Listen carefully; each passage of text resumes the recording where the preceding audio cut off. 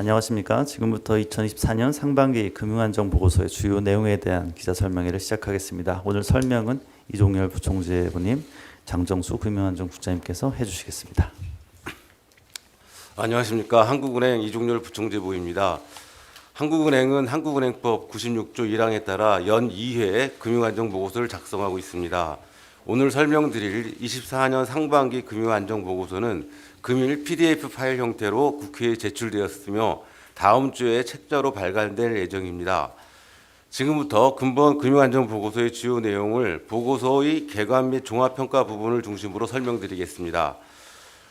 우리나라 금융시스템은 최근 실물 경기 회복 흐름 속에 금융기관 및 대부분의 보급력이 양호한 수준을 유지하면서 전반적으로 안정적인 모습을 나타냈습니다. 이에 금융불안지수도 완만한 하락세를 이어가고 있습니다.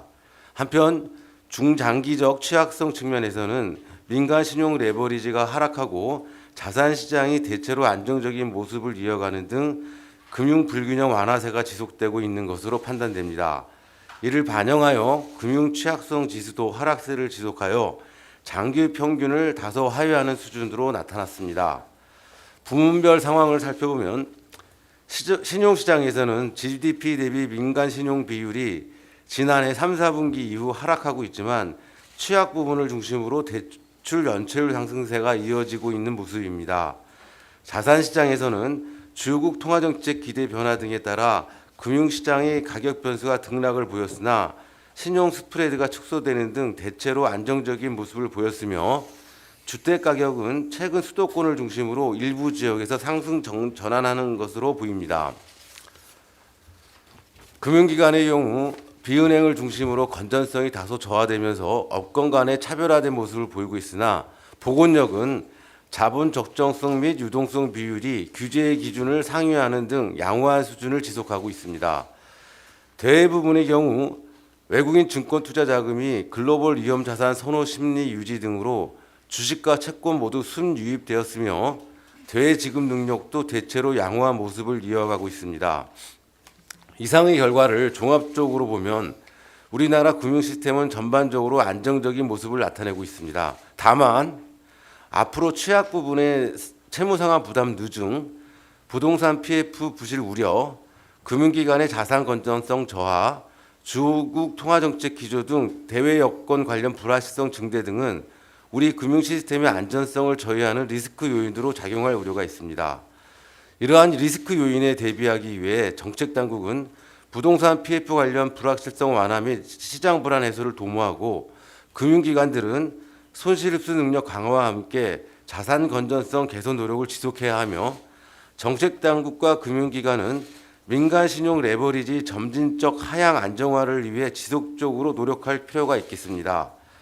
한국은행은 금융 안정을 위한 효과적인 정책 대응을 위해 대내외 리스크 요인의 정기 양상에 대한 모니터링을 지속하는 가운데 예상치 못한 시장 불안 요인 발생 시 적기에 시장 안정화 조치를 실시하는 등 정책 당국과 긴밀한 협력을 통해 적극 대응해 나갈 것입니다.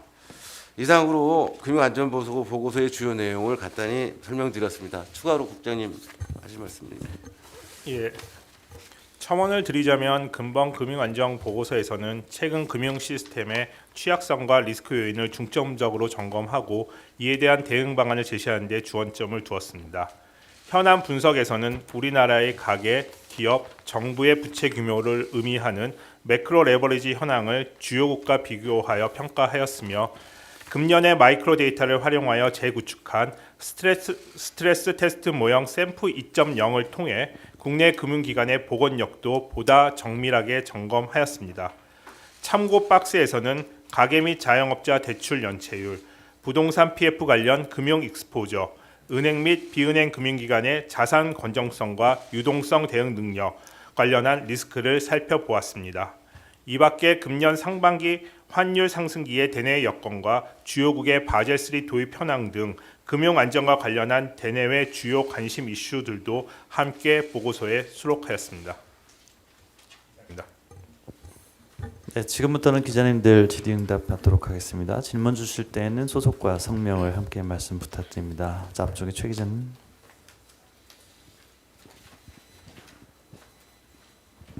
네, 안녕하세요. OBS 최한성인데요. 최근 그 제2금융권의 어떤 연체율 같은 게 많이 높아지고 있다 그런 지적들이 있습니다. 이게 다른 은행 다른 금융사나 아니면은 산업 쪽의 어떤 위험 요인으로 번질 그런 개연성, 가능성 같은 거 어떻게 좀 평가하고 계신지 말씀 부탁드리겠습니다. 예, 말씀드린 것처럼 이번 금융안정보고에서 저희가 다루었지만 그 전반적으로 금융기관들의 보건력은 양호한데 그 금융기관들의 자산 건전성, 특히 그 연체율이 좀 올라가는 부분들에서는 저희가 계속해서 유의할 필요가 있다라고 평가하였습니다. 특히 그 금융권 연체율 중에 비은행 연체율이 늘어나고 있는데 이의 어떤 요인을 보면 저희가 참고 박스에서도 다루었지만 그 자영업자, 특히 취약자주의 연체율이 늘어나고 부동산 PF 관련 연체율이 늘어나고 있습니다. 그래서 이와 관련해서 한국은행도 물론이고 정책 당국에서도 이와 관련해서 어떤 대책을 마련하고 부동산 PF 관련해서는 지난 5월에 부동산 PF 관련 연착륙 방안을 마련을 하였습니다. 그래서 그러한 것들을 차질 없이 시행을 하는 것이 무엇보다 중요하고 현재로서는 금융권의 어떤 시스템 리스크로 전이될 가능성은 크지 않다고 생각하고 있습니다. 예, 추가로 말씀드리면 저희가 이제 스트레스 테스트 이런 거를 해보면은 그러니까 그 비은행권도 마찬가지로 손실흡수 능력하고 유동성 그 대응 능력이 양호한 수준으로 지금 나타나고 있거든요. 그래서 지금 같은 상황에서는 그 지금 말씀하신 대로 시스템 리스크 확산될 가능성은 극히 낮고 저희가 관리 가능한 수준이 아니냐 이런 생각을 하고 있습니다. 네, 다음 질문 받겠습니다. 뒤쪽에 조 기자님 먼저. 저 한결의 조영입니다. 그 작년 말 금안 보고서 보면은 스트레스 DSR 등 도입 등 기 발표된 대책 차질 없이 시행돼야 될 거라고 언급하신 부분이 있는데요. 최근에 이제 금융위에서 그 2단계 시행 연기하신 거 어떻게 조금 보시는지 궁금하고 그거 관련해서 뭔가 그 하는과 당국 간의 정책 공조 긴밀하게 잘 이루어지고 있다고 보시는지 궁금하고요. 그리고 그 기업 신용 관련해 가지고 산업별로 약간 위험 관리 철저히 해야 된다 이렇게 표현하신 부분들이 있는데 어떤 업종들 약간 염두에 두고 계시는 건지 궁금합니다. DSR 연기 관련해서 말씀드리면은 제가 아까 모두 설명에서 말씀드렸다시피 지금 우리가 지금 그 리스크 요인으로 좀 걱정하는 부분이 그러니까 전반적으로 대체로 좀 안정적인 상황이지만 걱정되는 부분이 취약 부분에 채무 상환 부담이 누중되고 이제 부동산 PF 부실 우려가 있다는 점을 제가 말씀드렸지 않습니까? 근데 마찬가지로 정책 당국도 그쪽에 대해서 굉장히 걱정을 좀 많이 하고 있는 것으로 이해를 하고 있습니다. 그래서 지금 그 나름대로 이제 그 취약 계층에 대한 지원 대책을 좀 마련 중에 있고 그다음에 부동산 PF도 지금 구조조정을 좀 진행되고 있는 연착륙 방안이 진행되고 있는 점들을 감안해 가지고 소폭 미세 조정한 것으로 저희는 이해를 하고 있거든요. 그러니까 그렇게 이해를 해주시면 좋을 것 같고요. 또 하나 가계부채 관련해 가지고 우리가 계속해서 저기 국민안전국 쪽에서 계속해서 저기 정책 당국과 논의는 지속해 오고 있다 이렇게 말씀드릴 수 있을 것 같습니다. 그 다음에 기업 신용 관련해서 국장님이 그 산업별 위험 관리는 말씀드린 것은 최근에 이제 가계 부채뿐만 아니라 저희가 보고서에도 다루었지만 기업 부채가 굉장히 많이 늘어났습니다. 그래서 그 기업 부채는 특히 그러면 부동산과 관련된 그쪽과 관련된 대출이 많이 늘어났습니다. 그래서 그쪽에 또 연체율도 많이 늘어나고 있고요. 그래서 금융기관들이 그쪽의 위험 관리에 특히 신경을 써야 된다는 것이고 추후에도 어떤 특정 부분 특히 어떤 생산성이 낮은 쪽으로의 어떤 자금이 유입되지 않도록 관리를 해야 된다라는 것입니다. 참 추가로 하나 더 말씀드리면은 이번 DSR 연기 조치가 그 어떤 그 가계부채 관리 기조가 변한 건 절대로 아닙니다. 아직도 저희가 이제 정책 당국하고 이제 같은 의견을 갖고 있는데 가계부채 관리 기조는 변함이 없고 가계부채 증가율이 GDP 성장률 범위 내에서 안정적으로 관리되어야 한다는 의견은 같이 하고 있다는 점도 이해를 해주시면 좋을 것 같습니다. 네, 다음 질문 받겠습니다. 강 기자님. 네, 한국경제 강진규입니다. 그 비은행 기업 대출 연체율이 지금 6%에 가까울 정도로 좀 높은데 과거에도 좀 이런 수준이 있었던지 궁금하고 좀 이 이유에 대해서 좀 자세히 설명 부탁드리고요. 그리고 여기 그 스트레스 테스트 모형 재구축한 거를 좀 봤는데 보면은 이제 그 취약 저축은행이라고 해서 취약 기관을 또 따로 나눠서 분석을 하셨는데 취약으로 분류된 곳들은 좀 얼마나 되고 또 이곳들의 특징이 뭔지 좀 궁금하고요. 그리고 보면은 좀 각 기관별로 한 게 특징인 것 같은데 여기 전체적으로 보면은 스트레스 상황에서도 규제 기준을 뭐 충족을 한다고 돼 있는데 뭐 기관별로 봤을 때는 혹시 충족을 못 하게 되는 기관도 나왔는지 궁금하고 나왔다면 몇 군데나 있었는지 궁금합니다. 예, 그 비은행 기업 대출 연체율에 대해서는 일단 최근에 이제 올라갔는데 과거 역사적으로 최고 수준은 아니라는 점을 말씀드립니다. 예, 그리고 스트레스 테스트를 했는데 그 저축은행에서 이제 취약을 분류한 것은 저희가 이제 본문 보고서를 또 보시면 되겠지만 취약 같은 경우가 그러니까 그 PF 사업장 기업 대출 같은 경우는 PF 사업장에 부실 우려가 있는 사업장들의 우려가 큰 상위 25%를 대상으로 했습니다. 그러니까 그러면 79개 상호저축은행의 25%면 19개의 상호저축은행 그룹을 얘기하는 것입니다. 예, 그 다음에 말씀처럼 저희가 분석을 한 것은 저희가 금융 시스템 측면에서의 리스크가 있는지 없는지를 봐서 그 해당 업권 각각의 전체적인 자본 비율이 변하는지를 본 것입니다. 그런데 물론 저희가 이번 스트레스 테스트 모형을 새로 개편한 가장 큰 특징은 과거와 달리 이제는 각 금융기관들의 개별 차주들에 대한 데이터를 가지고 분석을 하는 것이고 또 상호저축은행도 보면 각각의 상호저축은행이 지역별 특성을 갖고 있고 업종별 특성을 갖고 있는 어떤 그러한 리스크들을 반영을 했습니다. 그래서 상호저축은행 개별 기관들은 규제 비율을 조금 준수 못하는 기관들도 물론 있습니다. 그렇지만은 뒤에가 저희가 결론에서 다루었듯이 상호 금융 같은 경우는 상호 연계 금융 시스템 안에서 상호 연계 정도가 상대적으로 적고 그리고 일부 조금 부실 우려가 더 큰 금융기관들 같은 경우도 그 자산 규모가 상대적으로 적기 때문에 금융 시스템의 충격은 크지 않다고 보고 있습니다. 네, 다음 질문 받겠습니다. 먼저 최 기자님.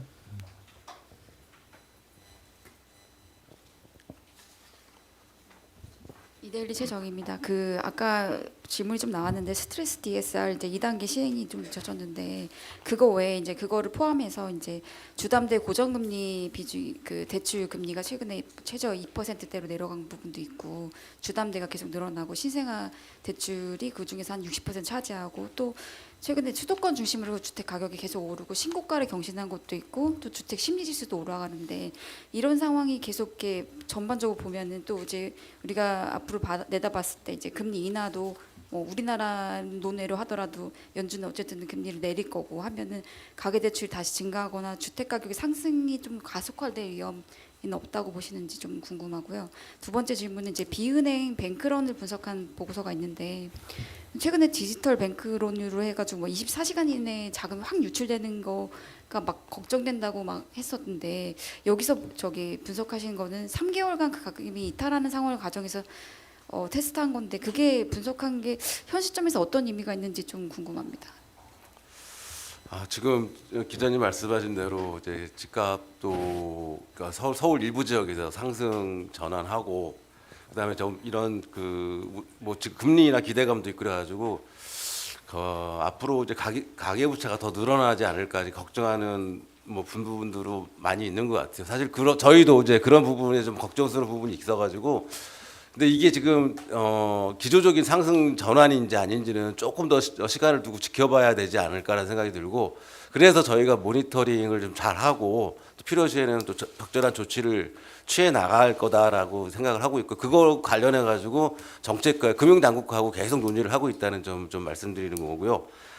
그다음에 아까 비은행권의 이제 그 유동성 우리가 스트레스 테스트하고 이렇게 봤을 때는 큰 문제가 없어 보이지만 사실 개별 저축은행 개별 단위 조합에서 문제가 발생할 수도 있기 때문에 저희가 이제 저희가 금융 시장 안정화 조치 뭐 이런 얘기를 말씀을 드렸는데 저희가 생각하고 있는 게 지난 1월달에 이제 그 RP 대상 기관도 확대했지 않습니까? 그런 게 사실은 뱅크런이나 이런 거 발생했을 때 우리가 적시에 조치를 취하기 위한 어떤 그런 노력이다 이렇게 이해를 해주시면 좋을 것 같아요. 부장님 또 추가로 얘기할 거 있습니다. 예, 일단 첫 번째 최 기자님 주신 거에 보완 설명을 드리면요. 저희 한국은행이 아까도 말씀드렸지만 정부와 함께 가계부채의 어떤 관리에 대해서는 지금 굉장히 유의하고 있고 그 원칙은 변함이 없습니다.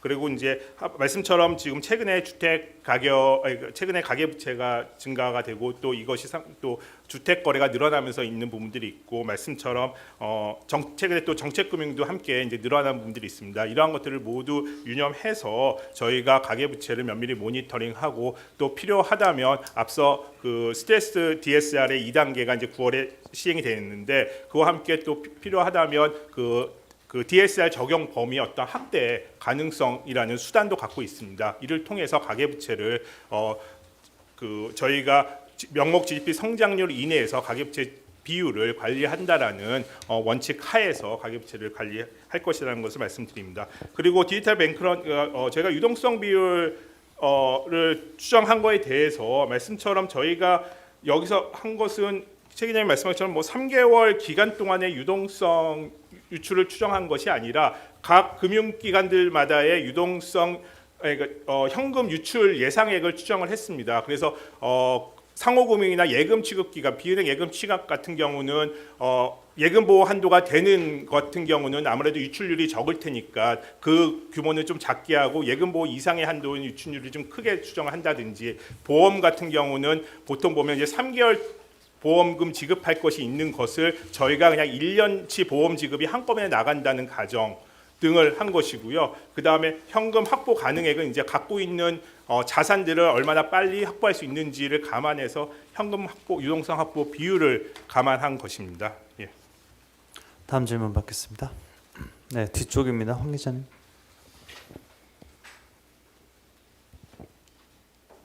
네, 안녕하세요. SBS BJ 황인표라고 합니다. 그 23페이지 8번 그 잠깐 봐주시면요.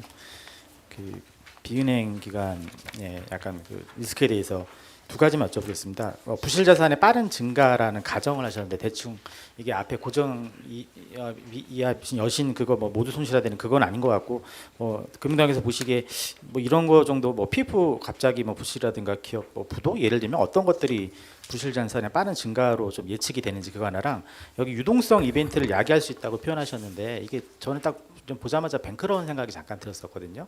그래서 아니면 뭐 제가 약간 너무 곡해를 한 건지 아니면 여기서 말한 유동성 이벤트가 좀 대충 뭐 저축은행의 자금줄이 막히는 그런 것 같은데 이게 대충 어떤 건지 좀 설명 좀 구체적으로 부탁드리겠습니다. 이상입니다. 예.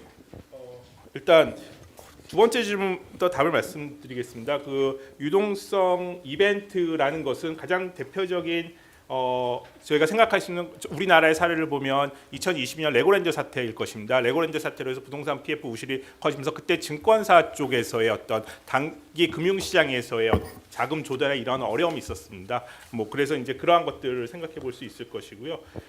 그다음 첫 번째 질문에 제가 잘 못 들었는데 예, 죄송합니다. 23페이지에 저희 추가로 드리면요. 그러니까 뱅크런은 포함이 안 되는 건지 그것도 포함될 수 있는 건지 유동성 이벤트가 그거랑 그 앞에 물론 포함될 수 있습니다. 다시 말씀드리면 저희가 이번에 분석한 거에 포커스가 금융 안정 어떤 리스크 측면에서 저희가 지금 금융기관의 보건력이 전체적으로 괜찮지만 유의될 리스크가 크게 두 가지입니다. 그러니까 건전성 리스크로 해서 자본 비율이 혹시나 부실이 늘어남으로써 자본 비율이 많이 하락을 하는지, 이고 두 번째는 혹시 말씀처럼 자본 비율은 문제가 없는데 금융 주체들의 심리가 위축이 돼서 어느 특정 금융기관에 대한 우려가 증대해서 지난번 또 작년에 어떤 새마을금고 사태처럼 그래서 자금 인출이 굉장히 늘어날 경우 그것이 바로 유동성 리스크입니다. 그러한 것들이 그래서 저희가 이번에 보고서 다루었지만 그 스트레스 테스트를 통해 가지고 자본 적정성을 점검한 거고 또 유동성 테스트를 해본 것이 리스크를 점검한 것입니다. 네, 포함됩니다. 잘 알겠습니다. 고맙습니다. 그다음에 첫 번째 질문이 그 방금 말씀해 주신 것 같아요. 그러니까 뭐 돈맥경화 소위 쉽게 표현하면 그런 것도 얘기 좀 그런 게 좀 궁금했는데 방금 말씀해 주신 것 같습니다. 예, 고맙습니다. 알겠습니다. 네, 다음 질문 서 기자님.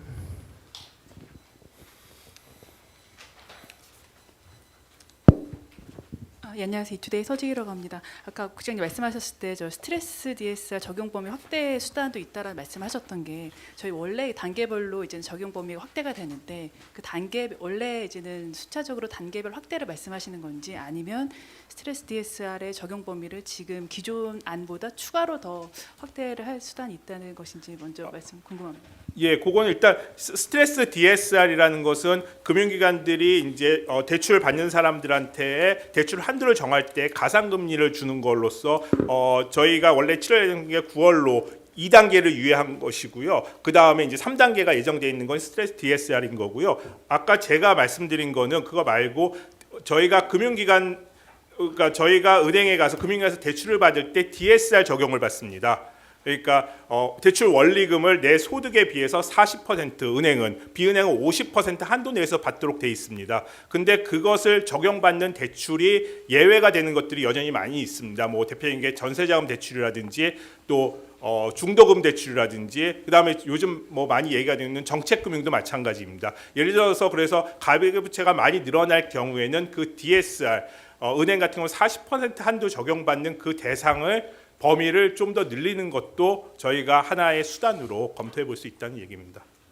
그리고 하나 저희 그 1분기 말 그 명목 GDP 대비 가계 신용 비율이 91.9로 작년 말에 93.5에서 1.6 정도 낮아졌는데 이게 기준연도 개편 이전에 그 기준으로 그 1.6% 포인트를 좀 대입을 해서 추정을 하면은 1분기가 100% 밑으로 좀 밑돌았을 것으로 추정이 되더라고요. 그러면 정부가 당초 GDP 대비 100% 밑으로 하는 거를 목표로 삼았던 것에 대해서 어느 정도 뭐 성과 내지 일시적이지만 그런 현상이 있었다고 좀 보시는지, 그리고 기준연도 개편 이후에 GDP 대비 가계 신용 적정 기준을 좀 어느 정도 수준으로 좀 보고 계시는지 함께 말씀 부탁드리겠습니다.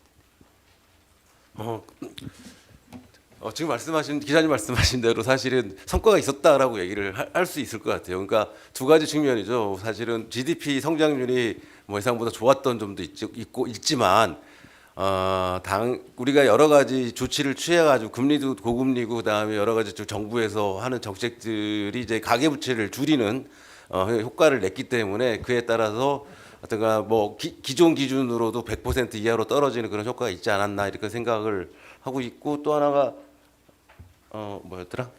예. 근데 지난번에 우리가 이게 가계부채 비율 뭐 적정 수준이 어느 정도냐라고 했을 때 보통 80% 얘기를 많이 하거든요. 그러니까 지금 우리가 91점까지 내려왔지만은 하여튼간 80%대까지 좀 내려가는 게 전반적으로 우리 경제 상황에 도움이 되지 않겠냐 이런 생각은 하고 있습니다. 예, 제가 추가적 부연 설명드리면 일단 가계부채 비율이 기본적으로 이제 하향 안정화되고 있는 그 상황이고요. 다만 아까 이제 일부 이렇게 또 언급이 나왔지만 최근에 가계부채가 늘어나고 있어서 그것들에 대해서 굉장히 지금 저희가 예의주시하고 있는 것도 맞고요. 그러면 100%를 뭐 목표로 했을 때 100% 달성됐으니까 이제 가계부채를 그러면 조금 여유 있게 해도 되냐? 그러면 그건 절대 아니고요. 왜냐하면 저희가 보고서에서 다뤘지만 가계부채 비율이 GDP 개편으로 해가지고 100% 조금 밑에서 지금 91% 이렇게 떨어졌다 하더라도 전 세계 비교해 보면 여전히 세계적으로 굉장히 높은 4위 그 수준에 있습니다. 그리고 저희가 총장님께서도 말씀하셨지만 그 가계부채 비율이 어떤 적정 수준을 얘기할 때 뭐 여러 견해가 있지만 일반적으로 그 임계치라는 것이 그 가계부채가 소비나 어떤 이러한 경제 주체 활동에 에서 경제에 영향을 미치는 수준을 이제 임기치라고 할 때 그것을 뭐 딱 그럼 80%면 대국이 아닙니다. 그 추정에 따라서 보면 한 70, 뭐 75부터 한 85 이렇게 보통이 나옵니다. 그렇기 때문에 저희가 그래서 총리께서 뭐 80% 관리를 해야 된다라는 얘기를 하셨는데요. 그렇기 때문에 그러니까 중요한 것은 가계부채 비율이 여전히 높은 수준이기 때문에 중장기적으로 계속해서 하향 안정화를 해 나가야 된다고 생각하고 있습니다. 네, 다음 질문 받겠습니다. 앞쪽입니다. 윤 기자님.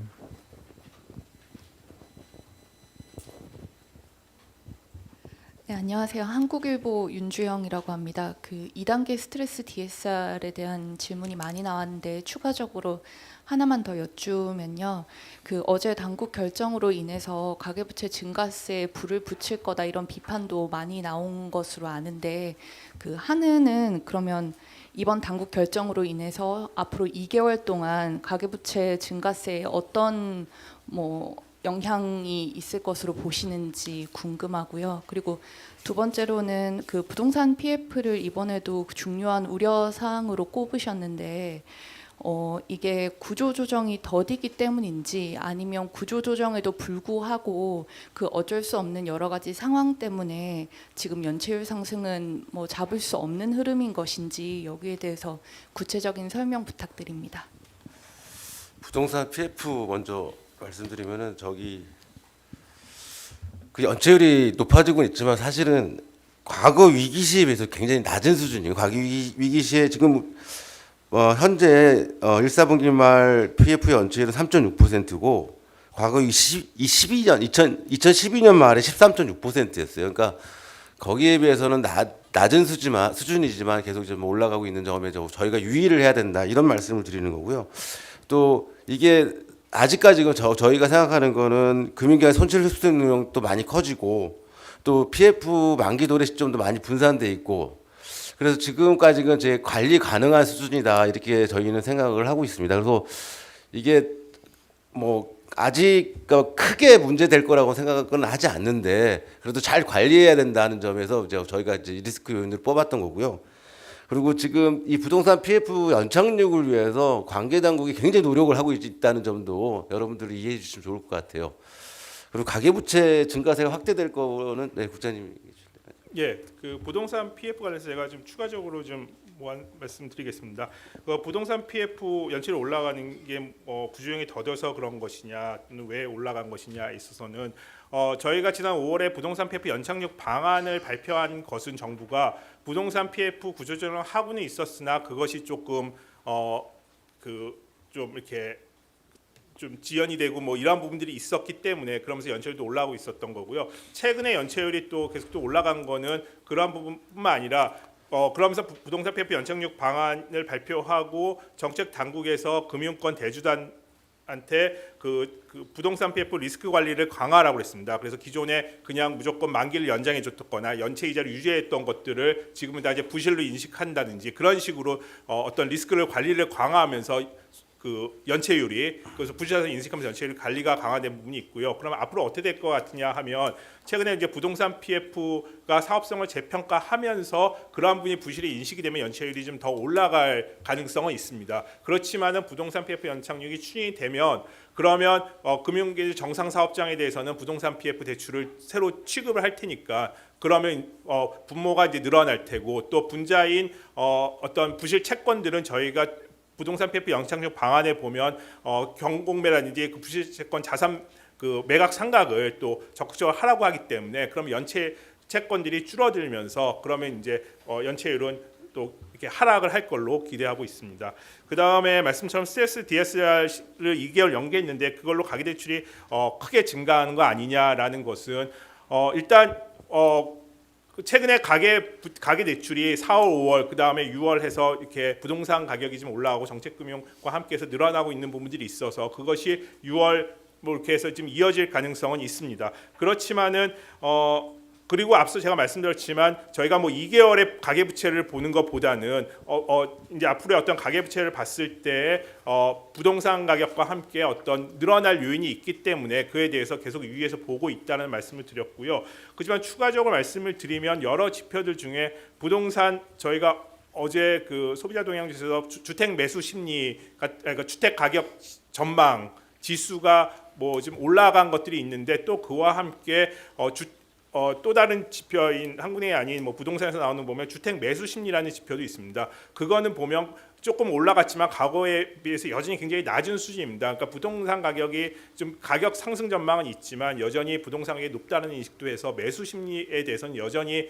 좀 아직은 제한적인 부분들이 있고 또 비은행 대출 같은 경우도 가계 대출도 여전히 지금 마이너스 감소를 보이고 있습니다. 그래서 이것이 두 달 사이에 갑자기 확 늘어나거나 그럴 부분들은 크지 않다고 봅니다. 그럼에도 불구하고 또 말씀드렸지만 저희가 여러 또 거시적 정책 수단을 정부와 계속 함께 논의하고 있다는 말씀드립니다. 네, 다음 질문 받겠습니다.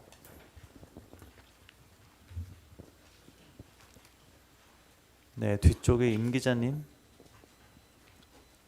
네, 저 경향신문의 임지선 기자인데요. 오늘 아침 환율이 1,390원 그래서 왔다 갔다 하고 있는데요. 이 보고서 보면 환율에 대해서 이제 좀 뭐 상승 요인 있고 이런 하방 요인 있고 주요 투자 은행들은 그 하락을 전망하셨다고 하셨는데 지금 환율에 대한 평가와 그 한은의 전망은 어떻게 보시는지 여쭤보고 싶습니다. 아, 그만 보고서 설명드린다는데 환율은 저희가 얘기할 수 있는 거거든요. 일단 네. 저희가 환율 전망을 말씀드릴 수는 없고요. 네. 말씀드릴 수 없고 저희가 이 보고서에 다루었지만 지난 2022년과 지금의 어떤 환율이 상승했을 때 그것을 비교해 봤을 때 그 통화정책 차별화와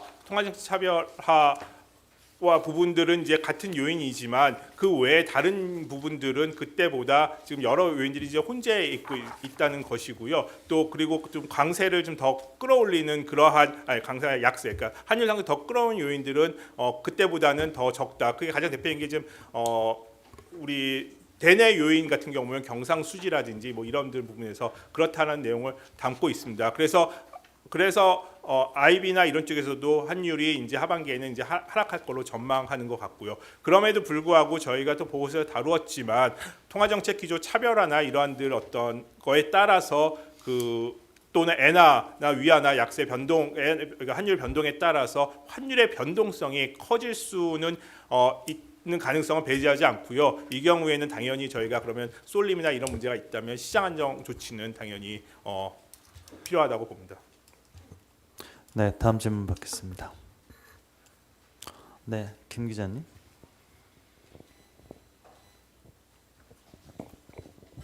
네, 서울경제 김혜란입니다. 그 주요 현안 분석에서 수치들을 조금 질문을 드리고 싶은데요. 이제 기준년 개편으로 연동해서 이번에 나온 이자 보상 배율 같은 건 처음 나온 수치인지 궁금하고요. 두 번째로 이 두 번째 현안 분석에서 평균 부도율이 나왔는데 이건 어떻게 산출하신 거고 좀 이거를 상술해 주셨으면 좋겠습니다.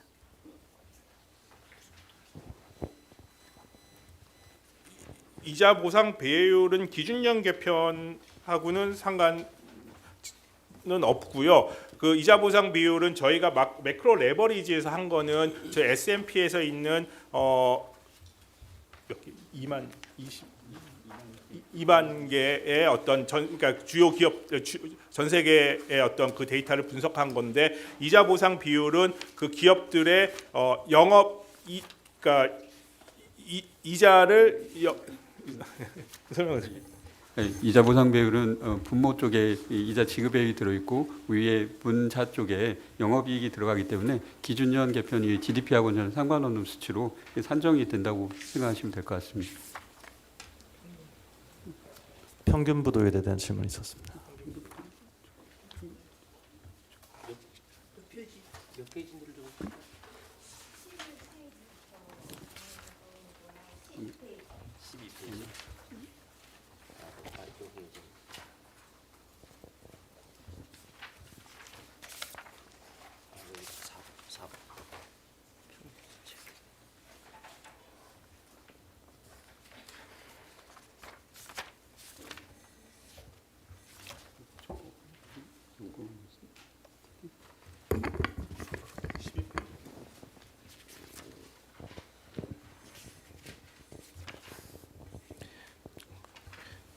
혹시 그 평균 부도율의 어떤 부분에 대해서 질문하신 건지.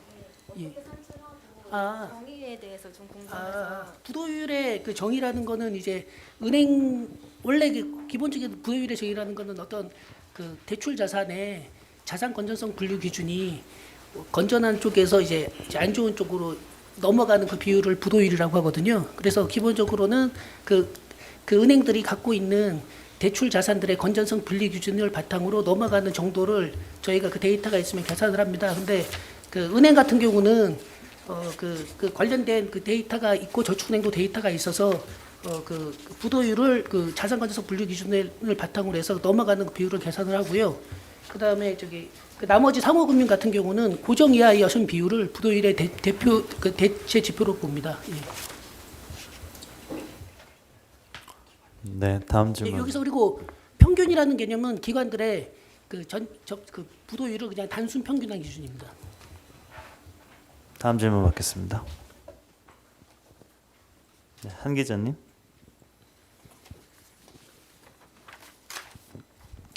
안녕하세요. 매일경제 한상호입니다.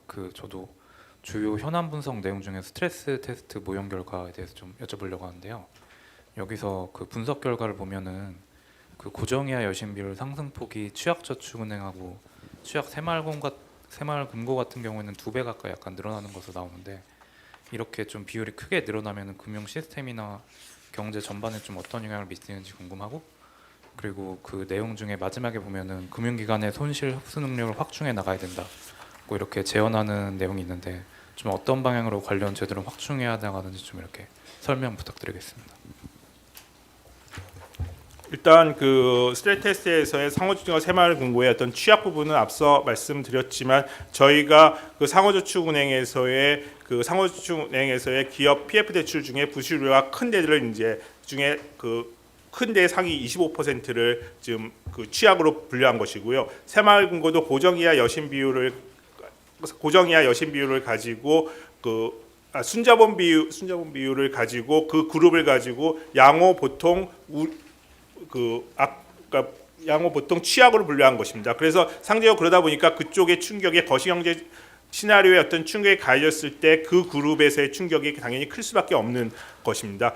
그럼에도 불구하고 그룹 전체에서 보면 자본 비율이 규제 비율 수준은 상회하였다고 얘기를 하였는데요. 앞서 또 분석에서 개별 기관들, 그리고 그 안에 개별 기관들 같은 경우에는 자본 비율을 하회하는 기관들도 있기 때문에 그 기관들은 자본을 이제 확충한다든지 또 그다음에 부실 채권을 정리한다든지 그러한 노력을 해야 된다라는 설명입니다.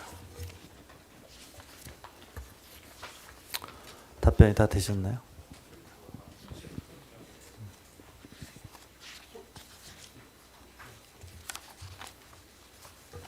예, 국장님께서 말씀하신 대로 이익이 났을 때 그런 부분을 이제 배당이나 이런 것보다는 자본의 보통주 자본을 쌓을 수 있는 방법이 하나 있을 것 같고요. 일정 부분에 대해서는 고정이하 여신 비율에서 대손 충당금을 미리미리 적립함으로써 현재화되고 있는 부실 자산에 대해서 손실 흡수 능력을 늘려나갈 수 있을 것 같습니다. 네, 다음 질문 받겠습니다. 오 기자님. 저 연합인포맥스의 오준우 기자입니다. 먼저 가계부채가 다시 좀 가파르게 늘면은 DSR 적용 범위의 확대나 이런 부분을 검토할 수 있다라고 말씀을 하셨는데요. 이게 좀 궁금한 게, 일단 어제 발표된 게 이제 스트레스 DSR 적용 시기를 2단계는 2달 놓쳤지만 3단계는 원래 내년 초에서 7월로 거의 한 6달 미뤄졌거든요. 이게 우선순위가 적용 범위를 확대하는 거에 먼저 검토될 수 있는지, 아니면 이 미뤄놨던 스트레스 DSR 2단계, 3단계, 2단계는 사실상 가능성이 없어 보이고 3단계 적용 시기를 먼저 앞당기는 게 우선 옵션이 되는 건지, 가계부채가 다시 증가할 경우에 당국이 할 수 있는 대응이 3단계 시기를 앞당기는 게 우선이 될 수 있는 건지, 아니면 그렇지 않고 그냥 적용 범위를 확대하는 게 먼저 검토가 될 수 있는 건지가 궁금한데요. 적용 범위를 확대하는 걸 검토한다는 말씀이 스트레스 3단계, DSR 3단계 시행 전에 할 수 있다라는 말은 좀 사실 잘 이게 납득이 안 되는데, 굳이 그럴 거면은 그걸 왜 미뤘는지 하는 생각도 들고요. 그 부분 좀 설명을 부탁드리고, 그 다음에 자영업자 대출 연체율 분석을 이번 보고서에 들어가 있는데, 지난해 12월에 내놓은 금융안전 보고서를 보면 자영업자 대출 거기도 이제 분석이 들어가 있는데요. 거기는 분석 톤이 조금 다른 게, 코로나 이전의 평균 연체율에 비해서 여전히 낮고 대출도 조금 줄어들고 있다, 이런 식으로 조금 낙관적이라고 하면 낙관적인 분석이 들어 있는데, 이번에는 연체율이 높아지고 있는 부분에 대한 우려를 좀 강하게 표현한 이유가 따로 있으신 건지 여쭤보고 싶습니다. DSR 지금 국장이 얘기했지만 아무것도 지금 어떻게 하겠다고 결정된 건 없어요. 근데 지금 이런 안들을 같이 정책 당국하고 논의하고 있다는 차원에서 예시를 들어서 말씀드린 거로 그렇게 이해해 주시면 좋을 것 같아요. 그러니까 상황에 따라서 그런 것도 할 수 있고 이런 것도 할 수 있고, 지금 3단계도 지금 완전히 미뤄진 건가요? 3단계도 내년 7월에 하는 걸 잠정으로 제가 보기에 지금 말씀드렸던 여러 가지 안들을 테이블에 놓고 여러 가지 안들을 같이 고민하고 있다, 이렇게 얘기를 해주시면 좋을 것 같아요.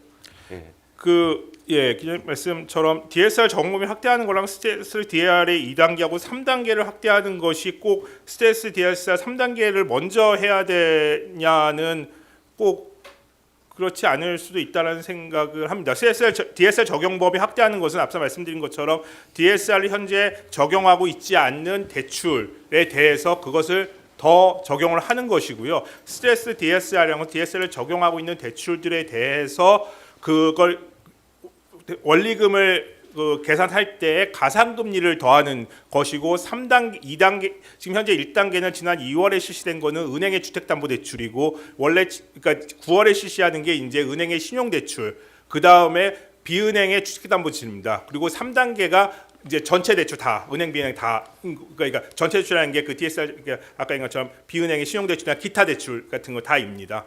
그런 거니까 이것이 꼭 이게 먼저 돼야 그다음 DSR 적용법이 확대되는 거하고는 반드시 이렇게 선후관계가 있다고 생각하지는 않고요.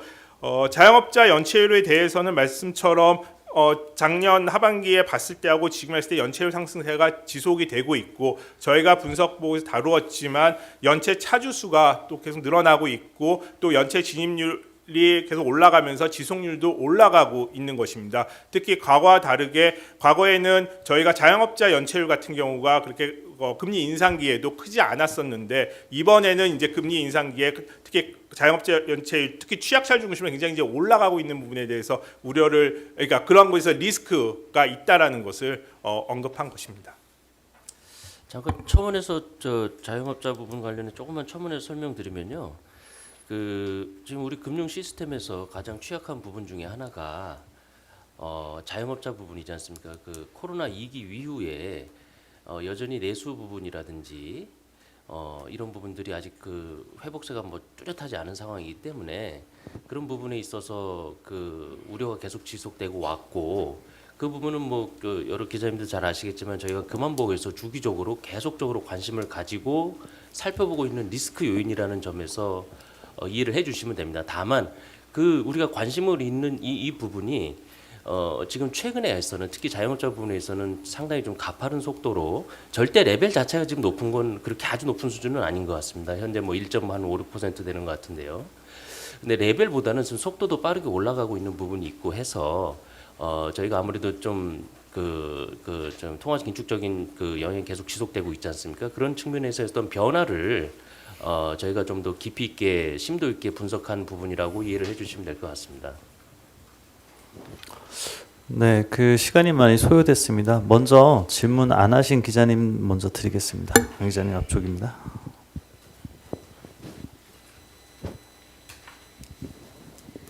네, 연합뉴스TV 김수빈입니다. 앞서 얘기해주신 거에서 조금 연장선상으로 좀 여쭤보고 싶은데 이제 말씀해주신 대로 취약 차주들의 상환 부담이 지속이 되고 있고 연체율 증가를 눈여겨봐야 한다고 좀 이번 보고서에서 강조를 하셨다고 느꼈어요.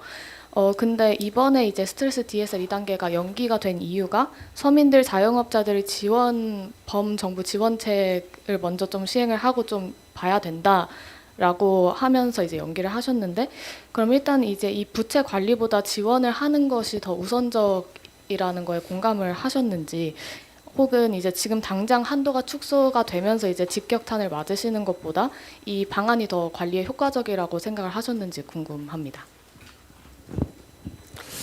지금 지원 대책에 대해서 금융당국이 굉장히 그러니까 범정부 지원 대책을 마련하기 위해서 좀 노력하고 있는데 그 내용을 좀 말씀드릴 수는 없고요. 거기서 확정돼야지 말씀드릴 수 있는데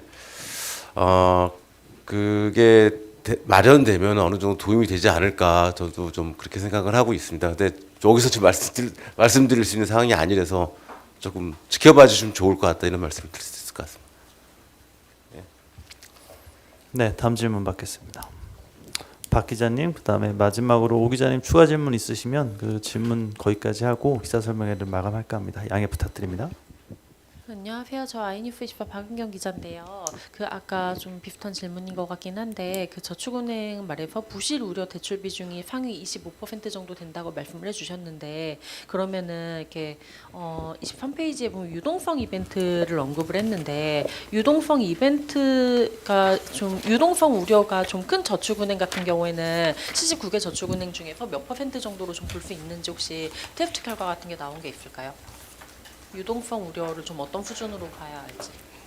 저희가 그 유동성 스트레스 테스트도 마찬가지로 이제 마이크로한 데이터들을 사용했기 때문에 있는데 거기서 저희가 이제 개별 쪽에서 유동성 뭐 리스크가 뭐 몇 개가 있는지 그것은 말씀드릴 수는 없고요. 그것에 대해서는요. 근데 중요한 것은 하여튼 그 전체 업권에 있어서가 지금 규제 비율을 상회하고 있는 것으로 나오고요. 추가적으로 저희가 이 한국은행에서 지금 지난주까지 해서 RP 대상 기관을 이제 신규로 이제 확장을 하면서 저희 저축은행이나 새마을금고 신협 같은 이쪽의 중앙에도 대상 기관으로 신청을 지금 받고 있고 뭐 그러한 것을 작업을 하고 있습니다. 그렇게 되면 추가적인 어떤 유동성 확충 수단이 될 수 있어서 그러니까 유동성 스트레스 테스트의 어떤 이것은 말 그대로 아까 말씀드린 것처럼 현금 유출액과 현금 확보 가능액을 가지고 유동성 리스크가 발생했을 때 대응이 가능하냐를 본 것인데 여기서 중요한 것은